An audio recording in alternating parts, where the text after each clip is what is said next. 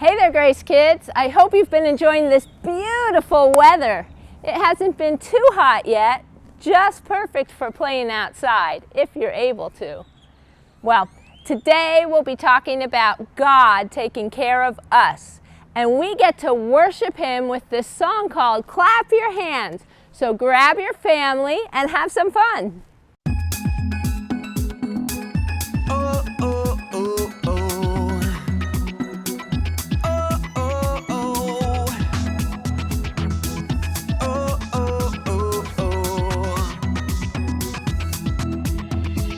Clap your hands, all God's people. Shout to God with a voice of triumph. Clap your hands, all God's people. Sing for joy to the Lord. Singing hallelujah, hallelujah, hallelujah, hallelujah, hallelujah, hallelujah.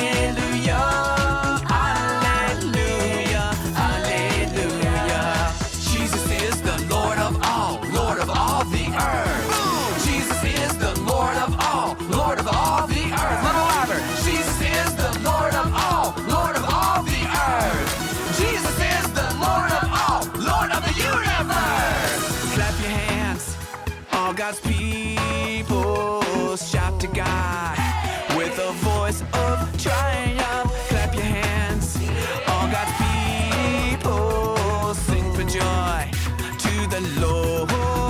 Singing hallelujah, hallelujah, hallelujah, hallelujah, hallelujah, hallelujah.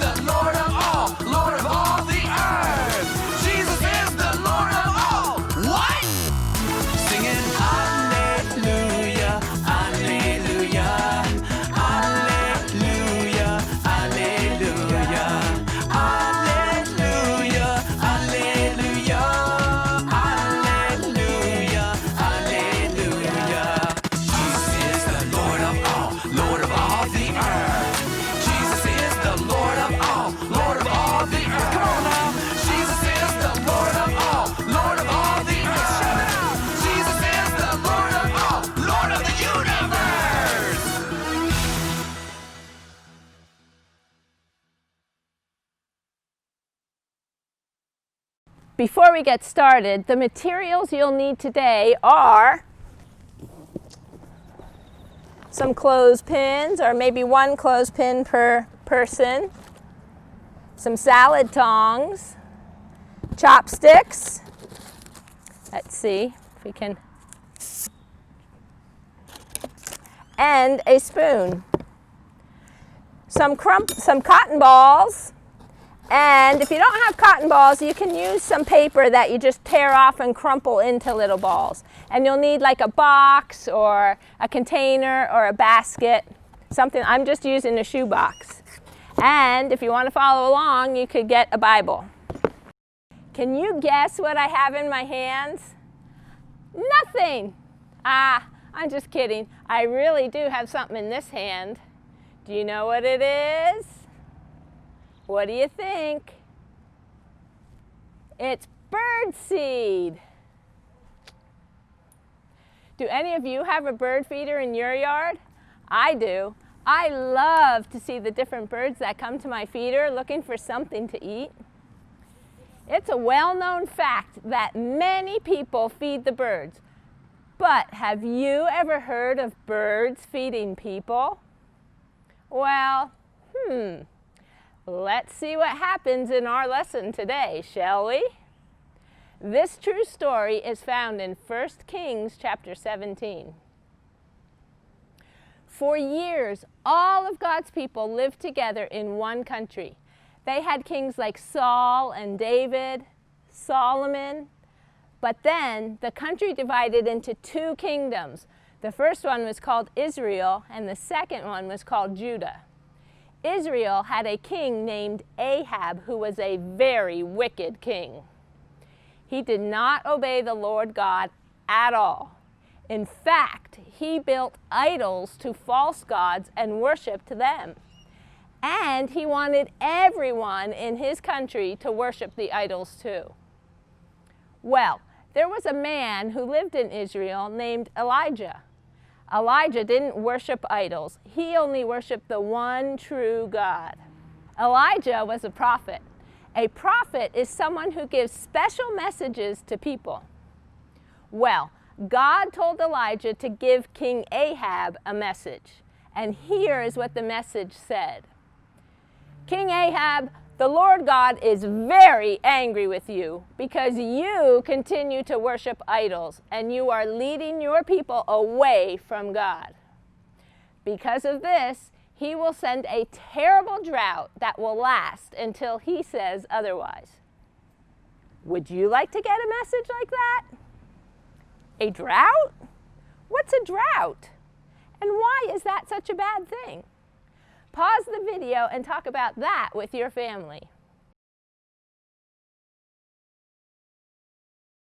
A drought means no rain for a very long time. Without rain, eventually all the lakes and the rivers will dry up. There will be no water to drink and no water for the plants. Oh no. That means they couldn't grow food to eat. They couldn't grow wheat or barley to make bread. Come, look at my garden.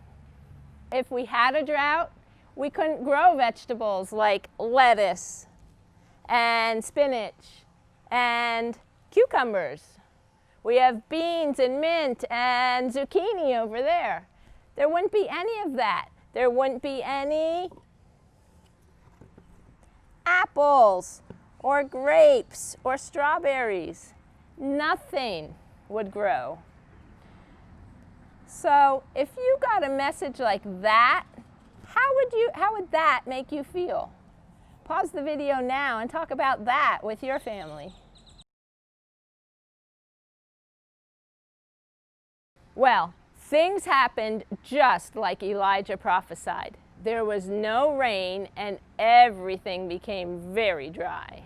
King Ahab had a wife named Jezebel, who was also very wicked. She and the king became very angry with Elijah. They didn't see that they did anything wrong, so they blamed Elijah for the drought and they wanted to kill him. But God took care of Elijah. He told Elijah in 1 Kings chapter 17, verses 3 and 4, "Leave this place and go east. Hide near the Kerith ravine, east of the Jordan River. You can get your water from the stream there, and I have commanded the ravens to bring food to you." So, even though the rest of the country was dry, God provided water for Elijah. And since it was best that no one knew where Elijah was, God even provided food for him to eat, delivered by special messengers. He had the ravens bring bread and meat to him. The Lord protected Elijah from both the famine and Ahab's anger, because God takes care of us. Well, since the birds brought food to Elijah, I thought we could play a game where we use clothespins or salad tongs and pretend that they're like little beaks picking up the pretend food. So take the cotton balls or your little pieces of paper and scatter them all around the room. Moms and dads, get ready with the timer. Okay, so on the count of 3, one of you will race to see how long it takes you to pick up all the balls with your clothespin. You're going to squeeze it and try and pick up the cotton balls or the balls of paper with your clothespin. And then put them in the box or the basket that you have. Okay? So, after that, after you're finished, then give a turn to someone else. See who can do it faster. Ready? Pause the video now.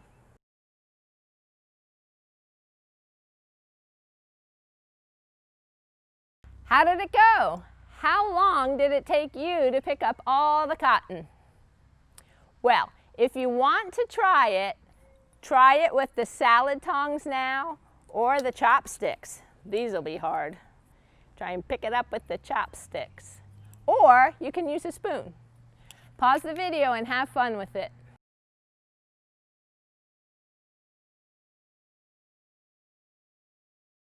So, as Elijah stayed by the stream, day in and day out, Elijah learned that he could trust God to provide for him. This went on for some time, but then God pulled a little switcheroo. You see, Elijah had gotten really used to getting his food from the ravens and his water from the stream. But every day he watched that stream, and he watched as the water got lower and lower and lower. Pretty soon, that stream was just mud. There was no more water in it. What was Elijah going to do? Now, most people would probably start praying to God for rain, right? You'd pray that the stream would have water in it again. After all, that would be the simplest solution. But do you remember why Elijah was by the stream in the first place? He was by the stream because he had prophesied that there would be no rain. So to ask God for rain would be to ask for God to go back on his word. It would mean that all the people Elijah had told his prophecy to would not believe in Elijah's God. After all, who would believe in a God that predicted a drought, but there never was one? It was more important to Elijah that the people believe in the true God than it was for him to survive the drought. So he didn't pray for rain. And it was okay, because God is a God who provides. And even though the stream dried up, God had a plan for Elijah. God told Elijah that he had a widow that would help him. In fact, God told Elijah he had commanded the woman to help him. He ordered her to. It was a sure thing that Elijah would get the help he needed. It was probably a little weird for Elijah to hear this. Widows weren't exactly known for being rich. In fact, they were known for being very, very poor. Surely there were people that would be more well off and have an easier time helping him than a widow would. But Elijah goes anyway. So, do you know what a widow is? A widow is a woman whose husband has died. So you can picture Elijah walking down the road toward the widow, probably thinking, well, maybe this widow is rich. Maybe her husband left her with millions of dollars. But the woman he finds isn't rich or wealthy. She's poor, poorer than most widows. Elijah finds her gathering sticks for firewood.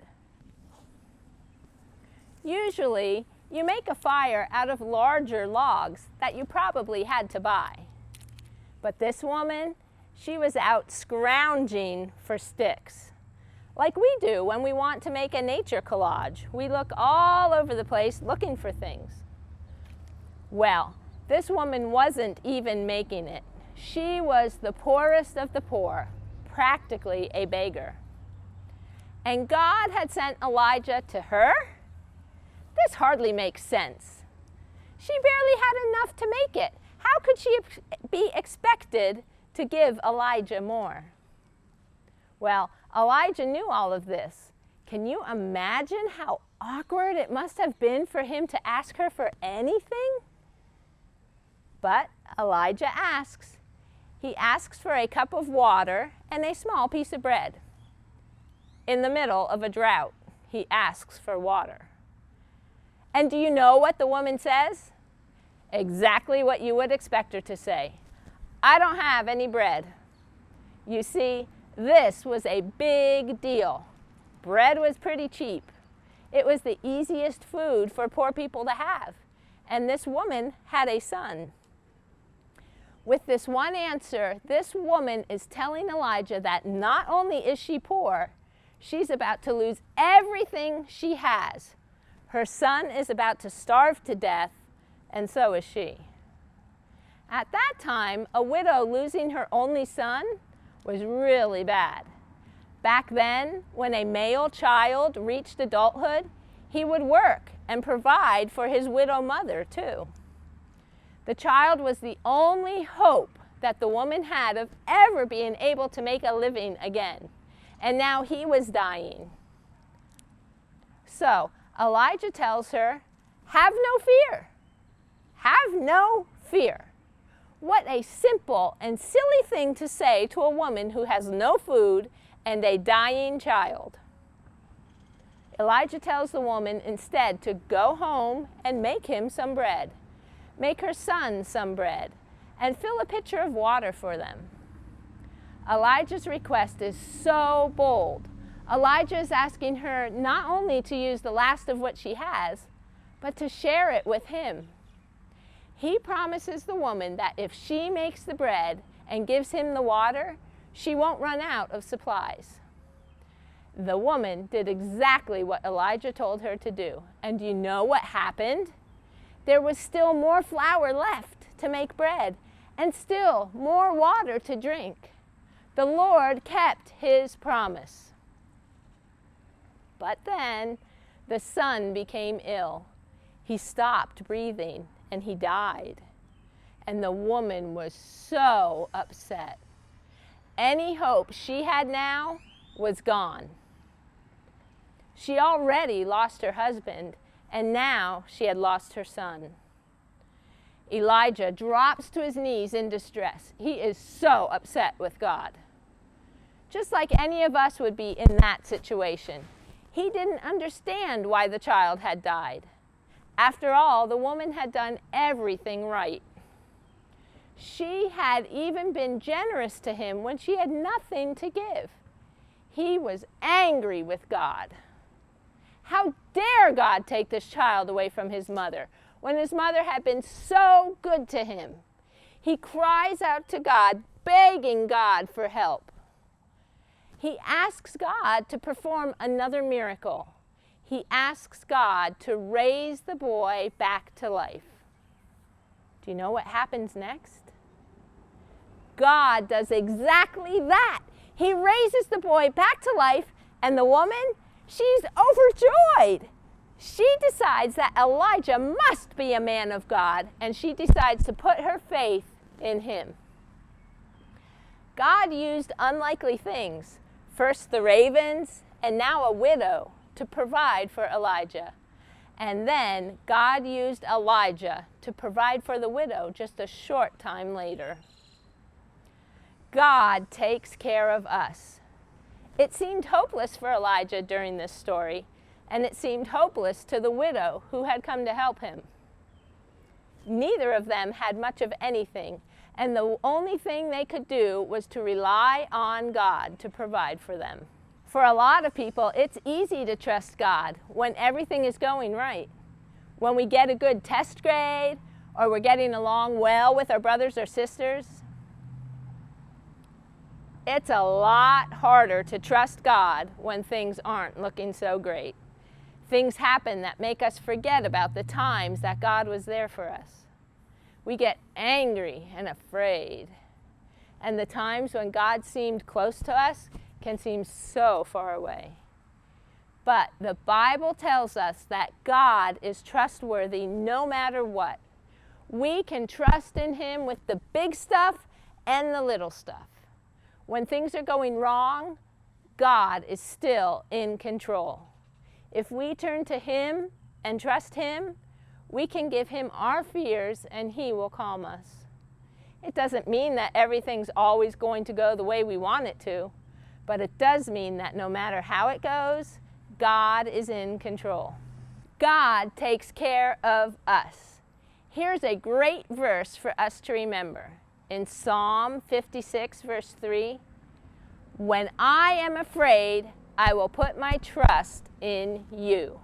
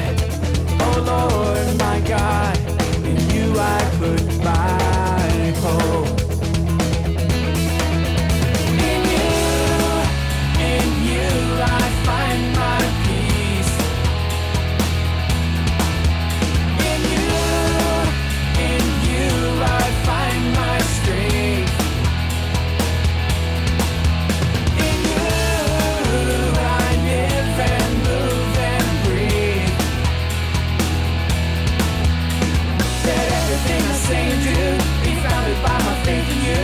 I lift up holy hands and sing, let the praise